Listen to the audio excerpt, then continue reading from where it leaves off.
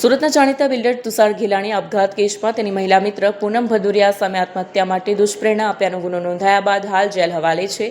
ત્યારે આ કેસમાં એસીપી ઝેડા દેસાઈએ તપાસના મહત્વના પાસાઓ જાહેર કર્યા છે।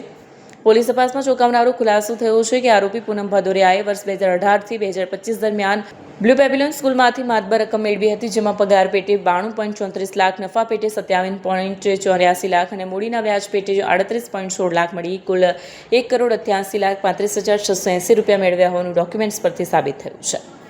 આ ઉપરાંત પૂનમની માતા ઉર્મિલા અને પિતા બ્રિજમોહન ભદોરિયાએ પણ પગારના નામે અનુક્રમે 10.40 લાખ અને 10.40 લાખ મેળવ્યા છે। આમ પૂનમના પરિવારના સભ્યોએ કુલ 35.75 લાખ સ્કૂલમાંથી મેળવ્યા હોવાની વિગતો સામે આવી છે।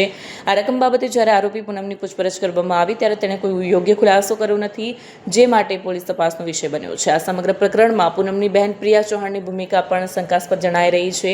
આર્થિક વ્યવહારો અંગે પ્રિયા દ્વારા કોઈ ખુલાસો રજૂ કરવામાં ન આવતા પોલીસ હવે આ દિશામાં કડક કાર્યવાહી કરી રહી છે। જી ગઈ તારીખ 12/2/2026 રોજ તન્વીબેને આપેલા અરજી અનુસંધાને ઉમરા પોલીસ સ્ટેશન ખાતે ગુનો નોંધાય। જે ગુનાના ભાગરૂપે પ્રાથમિક ઇન્વેસ્ટિગેશનમાં પૂનમબેન તરફથી જે આર્થિક વ્યવહારો અને જે આર્થિક ફાયદો લેવામાં આવેલો હતો તેની તપાસ આગળ કરેલ, જેમાં છેલ્લા 2 દિવસથી તેમની સ્કૂલની તપાસ ચાલી રહેલ હતી, જેમાં પૂનમબેન પોતે કોઈ ભાગીદારી ડીડ અમારી સમક્ષ રજૂ કરેલ નથી તથા તેમના બેન પ્રિયાબેનને પણ વારંવાર બોલાવવા છતાં તેઓ અમારી સમક્ષ હાજર થયેલ નથી। પરંતુ ગઈકાલે તેમણે કોર્ટમાં અરજી આપેલ છે, તેમાં મેન્શન કરેલ છે કે અમારી પાસે ભાગીદાર ડીડ છે, જે પોલીસ પાસે અત્યાર સુધી આવેલ નહોતું। પરંતુ સ્કૂલના જે પણ ખર્ચા, આવક અને નફાની વહેંચણી એ સીએ મારફતે 2 દિવસથી વેરીફાઈ કરતા કેટલાક આંકડાઓ સામે આવેલા છે, જેમાં પૂનમબેને કુલ્લે 92 લાખ રૂપિયા પગાર લીધો છે 6 વર્ષમાં, જે તેમના એકાઉન્ટ શીટમાં મતલબ સ્કૂલમાં કોઈ રેકોર્ડ નથી, તેમની હાજરી બાબતે કોઈ રેકોર્ડ નથી કે તેમની જવાબદારી બાબતે કોઈ પણ પ્રકારનું રેકોર્ડ સ્કૂલ તરફથી પણ અમને મળેલ નથી તથા તેમને 35 લાખ રૂપિયા ઇન્ટરેસ્ટ પેટે લીધા છે।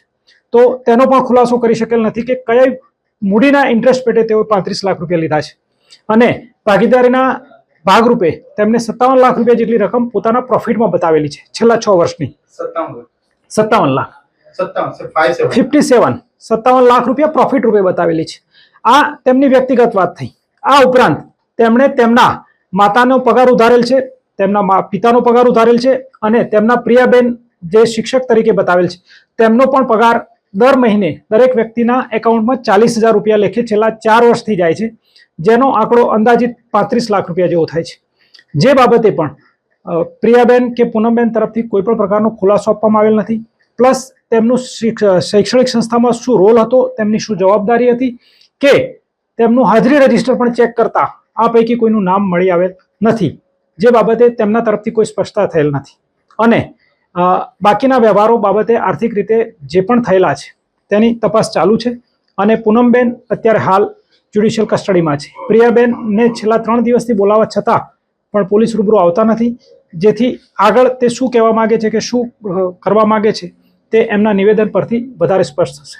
પ્રિયાબેન આવતા નથી, પોલીસ શું કાર્યવાહી કરશે? તેમને 3 સમન્સ આપી ચૂક્યા છે।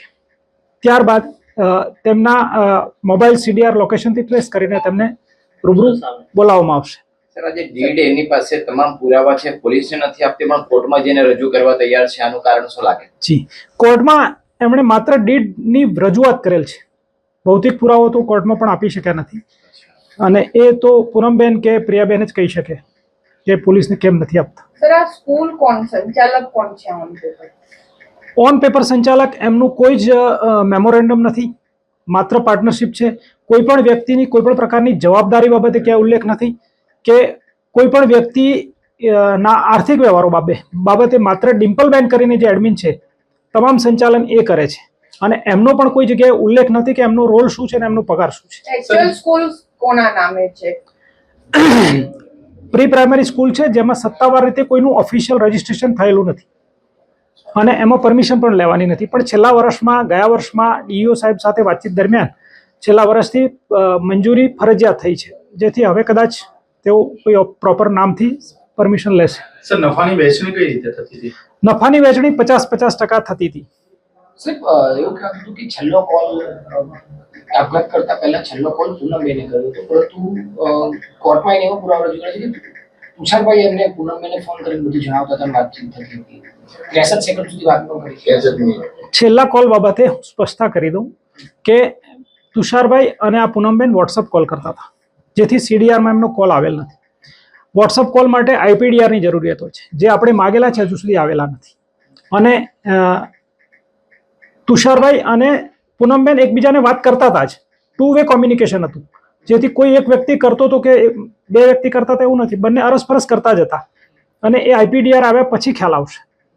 પૂનમબેને એની ફરિયાદમાં કે અરજીમાં જણાવ્યું કે છેલ્લા પૂનમબેન મારા પિતાને કોલ કરીને હેરાન કર્યા છે. એવું કંઈ તથ્ય? એવું એમણે જણાવેલ છે, પણ એમના મોબાઈલમાં એવી કોઈ સ્ક્રીનશોટ નથી મળેલા કોલ બાબતે, કે આઈપીડીઆર એમના પણ મગાવેલા છે, જે હજુ સુધી આવેલા નથી. સર, આજે પૂનમબેન છે એમને પણ અરજી કરી છે, એની તપાસ ક્યાં સુધી પહોંચી અને એમાં કેટલા લોકોના નિવેદન લેવાયા? હા, પૂનમબેનની અરજીમાં પૂનમબેનનું નિવેદન લેવાયેલ છે અને એમના જે આક્ષેપ હતા કે ભાઈ ઇન્વેસ્ટિગેશન પ્રોપર તપાસ થાય અકસ્માત મોતની, તો એ પણ તપાસ મહેરબાન સીપી સાહેબે અમારા તરફ કરેલ છે. અને એની જે પણ કોઈ સ્પેસિફિક એવી પિન પોઈન્ટ રજૂઆત નથી કે આ નથી થયું અથવા આ થયું છે. એમની માત્ર રજૂઆત હતી કે તુષારભાઈ આત્મહત્યા ન કરે તેવા માણસ હતા, પરંતુ એ હકીકત છે કે તુષારભાઈ આત્મહત્યા કરેલ છે.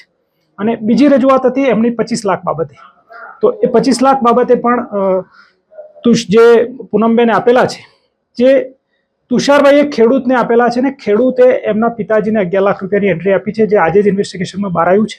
અને બીજા પણ ચેક આપેલા છે, જે ભવિષ્યમાં ટ્રાન્ઝેક્શન થશે તો એ પણ વ્યવહારો બહાર જ્યારે પણ આવશે ત્યારે એનું સત્તાવાર રીતે સમર્થન. 25 લાખ શાના આપવામાં આવ્યા હતા? 25 લાખ શાના આપવામાં આવ્યા હતા? પૂનમબેનની રજૂઆત મુજબ તુષારભાઈને મદદ કરેલાનું જણાવે છે. સર, આ જે એપ્લિકેશન છે એમાં મર્ડરની આશંકા તેઓએ વ્યક્ત કરી છે, જી. તો તુષારભાઈની દીકરીનું નિવેદન લેવામાં આવશે? કઈ રીતે તપાસ થશે? તુષારભાઈની દીકરીનું નિવેદન લીધું છે, ફરી લેવામાં આવશે, પરંતુ એફએસએલ, મેડિકલ, કોર્ટ, મતલબ જે એના સહયોગિક પુરાવાઓ જોતા તુષારભાઈએ નું મર્ડર તો નથી જ, એ ચોક્કસ વાત છે. સાહેબ, પેલી બીજી વાત એ છે કે તુષારભાઈ અને એની પુત્રી વચ્ચે જે તન્વી જેને ફરિયાદ આપી છે, બંને વચ્ચે પણ ઝઘડો થયો હતો અને એના સ્ક્રીનશોટ પણ જે આપ્યા છે, જે રજૂ કર્યા છે. બિલકુલ. તુષારભાઈ અને એમની દીકરી વચ્ચે લગ્નને લઈને ઘણી બધી વાતચીત થયેલી છે અને મેસેજ પણ કરેલા છે. તો બાપ દીકરી પાસે પૈસા માગે એમાં કોઈ ગુનાહિત કે કોઈ બ્લેકમેલિંગ ના હોય.